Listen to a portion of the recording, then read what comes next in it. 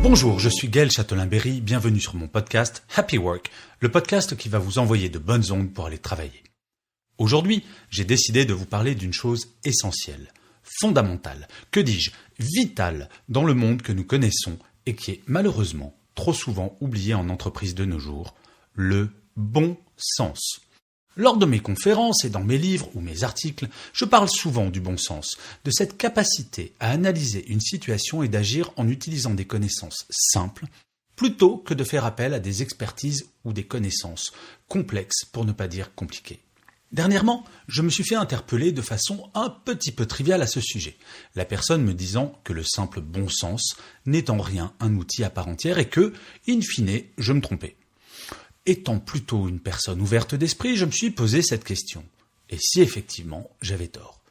Et ainsi, j'ai commencé à faire une liste des problématiques en entreprise qui connaîtraient un grand progrès si le simple bon sens était mis en avant au quotidien. La théorie, c'est bien, mais se confronter au côté cartésien des choses, ça ne peut pas faire de mal de temps en temps. Ainsi, voici quelques exemples où le bon sens me semble être d'une efficacité redoutable. Si un manager vient me voir et me dit qu'il s'inquiète parce que l'absentéisme explose dans son équipe depuis 1 an, je pense immédiatement, ok, il y a peut-être une épidémie de gastro localisée juste sur son équipe depuis 3 mois, mais l'absentéisme est clairement le meilleur indicateur du bien-être des collaborateurs. Peut-être tout simplement que les gens dans son équipe ne sont pas heureux et qu'il faudrait savoir pourquoi. Bon sens. Si un manager m'explique que son équipe est de mauvaise humeur en permanence et qu'il en a marre, je lui rappelle une chose toute simple.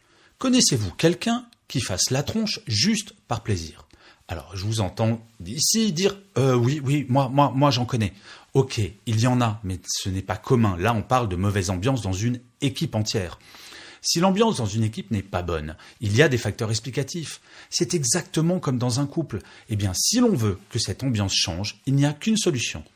Parler avec les collaborateurs et les collaboratrices du sujet pour identifier la cause, puis la supprimer. J'aime à rappeler qu'une équipe ressemble souvent à son manager. Si le manager était plus souriant tous les jours, son équipe le serait. Peut-être également. Bon sens. Si un manager vient me voir et me dit « Gaël, j'ai peur que mes collaborateurs fassent un burn-out un jour ». Alors, ce que je lui dis, c'est qu'un burn-out, ce n'est pas la grippe ou la gastro, cela ne s'attrape pas, ou alors ce n'est pas comme le Covid, c'est d'actualité. Il y a des facteurs explicatifs de mieux en mieux connus. Le travail en est un, il est essentiel même. Souvent, ce sont les salariés les plus impliqués qui font un burn-out, car ils travaillent trop, déconnectent peu, se mettent une pression de fou.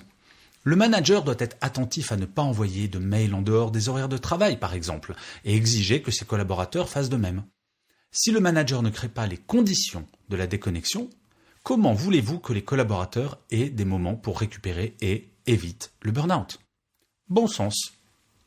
Parfois, des managers viennent me voir en me disant « Oh, mais la pression mise sur les managers est de plus en plus forte. » C'est vrai, les échéances sont de plus en plus courtes, pression des marchés, alors qu'ils soient financiers ou non les marchés. Cependant, tout cela est-il une fatalité? À quel moment l'être humain a-t-il oublié qu'il a le droit de dire non? J'ai travaillé pendant 20 ans dans des grands groupes comme TF1 ou Canal+, Énergie. Pas tendre comme environnement, car très court-termiste. Mes équipes n'ont jamais subi de pression malsaine, car j'ai toujours considéré que le rôle premier d'un manager est de gérer ses équipes et de faire en sorte qu'elles donnent le meilleur d'elles-mêmes. Mais pour faire cela, j'ai dû un grand nombre de fois dire non à ma hiérarchie, estimant que l'objectif fixé à l'origine n'était pas raisonnable par rapport aux moyens donnés.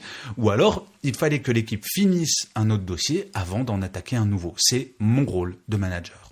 Alors oui, ce n'est pas toujours simple de s'opposer, même quand on pense que c'est dans l'intérêt de toutes et tous. Au pire, qu'aurait-il pu m'arriver? Qu'on me vire?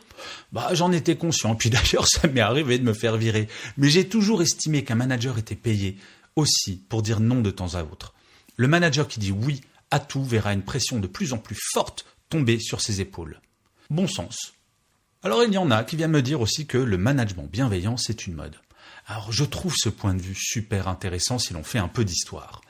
Le début de l'histoire des politiques de qualité de vie au travail ou de lutte contre les risques psychosociaux, tout du moins en France, c'est le traumatisme occasionné par la vague de suicides chez France Télécom et Renault en 2008.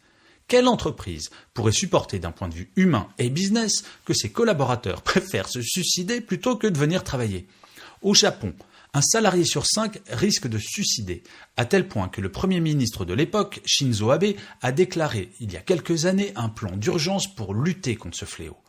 Regardez l'impact sur l'image de marque de Lidl qu'a eu le reportage de Cache Investigation. Les entreprises n'ont tout simplement plus le choix. Que ce soit par humanisme ou par cynisme capitaliste, disons, la bienveillance en entreprise a toute sa place. Bon sens. Alors il y a des gens qui me disent aussi « l'entreprise, oh là là, c'était mieux avant ». Ah, ces personnes qui voient dans le passé des solutions pour l'avenir. Concernant le monde de l'entreprise, pourquoi ne pas aller relire L'Assommoir de Zola pour voir s'il n'y aurait pas des méthodes de management inspirantes? Plaisanterie mise à part, je ne crois pas que le monde de l'entreprise ait perdu de sa capacité à motiver ses troupes.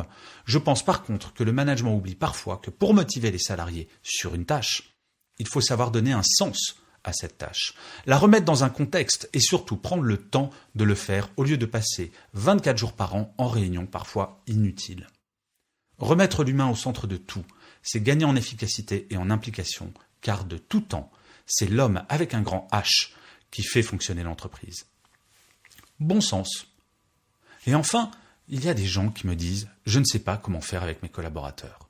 Alors la règle d'or est simple. Ne jamais se comporter avec ses collaborateurs d'une façon qui me déplairait si mon propre manager le faisait.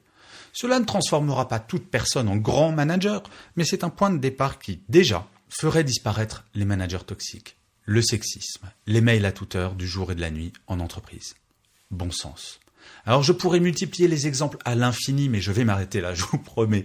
Je dois bien vous avouer que tous ces concepts d'entreprise libérée, d'économie collaborative et j'en passe ne m'intéressent pas vraiment, voire me lassent. En effet, sans se lancer dans de grandes mutations au sein des entreprises, mutations qui sont peut-être nécessaires au demeurant, je suis profondément convaincu que si le management faisait preuve de bon sens au quotidien, ce serait déjà un formidable début pour qu'en France, nous luttions enfin contre ce chiffre terrifiant qu'est celui du burn-out. 10% des actifs ont ou vont faire en France un burn-out. Les grandes théories sont parfois intéressantes, mais réapprendre à dire bonjour à ses collaborateurs et collaboratrices, faire attention à ce qu'ils disent, leur expliquer le sens de leur action, parler dès qu'il y a un problème au lieu d'attendre l'entretien annuel, partager ses stratégies pour les faire évoluer. Déjà, si toutes ces petites choses étaient faites, venir en entreprise chaque matin ou en télétravail chaque matin serait sans aucun doute un bonheur pour beaucoup plus de personnes. Bon sens. Et je finirai comme d'habitude par une citation, et j'ai choisi pour cet épisode une phrase de Benjamin Franklin qui disait « Le bon sens, tout le monde en a besoin, peu long, et chacun croit l'avoir. » Je vous remercie 1000 fois d'avoir écouté cet épisode de Happy Work. Je vous dis rendez-vous au prochain épisode, et d'ici là, prenez soin de vous.